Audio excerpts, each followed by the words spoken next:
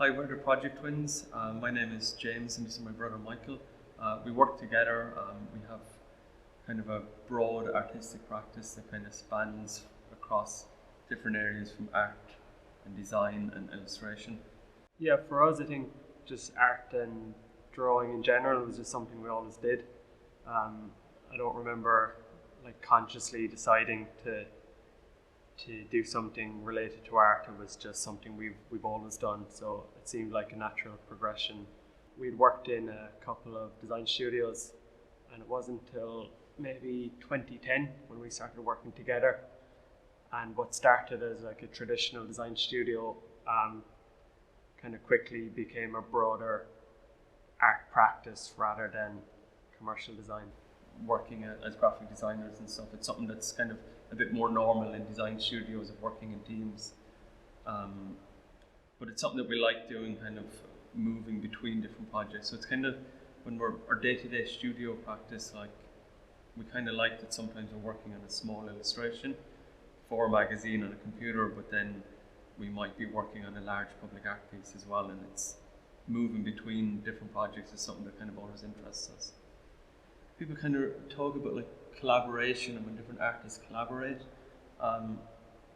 We kind of see it a bit differently. It's not like there's the two of us together, but we see it very much as it's one artist. Yeah, there's no clear division between who brings what. It's I think we didn't have an art practice separately, so we only had an art practice together. So the work developed between us. While I might be working on the computer on something, Michael might jump in trying something else, and that's kind of where the ideas start getting distilled down, I think. If I say something like this large head or an eye or a certain shape or steps, you know exactly what that will look like without me having to describe it. So we kind of work intuitively between us. For the piece modelled in the Glucksmine collection, I think at the time when we were making that piece and some of the other work that we were making at the time as well, visually they're quite influenced a lot by kind of vintage posters, particularly kind of 60s, 70s posters and kind of book covers and poster graphics. Yeah, you were just saying we were looking at the vintage 60s and 70s Pelican book covers, psychology book covers in particular, and we really like how they could take a heavy subject matter like mental health or psychology and distill it into these real simple kind of graphic iconic images.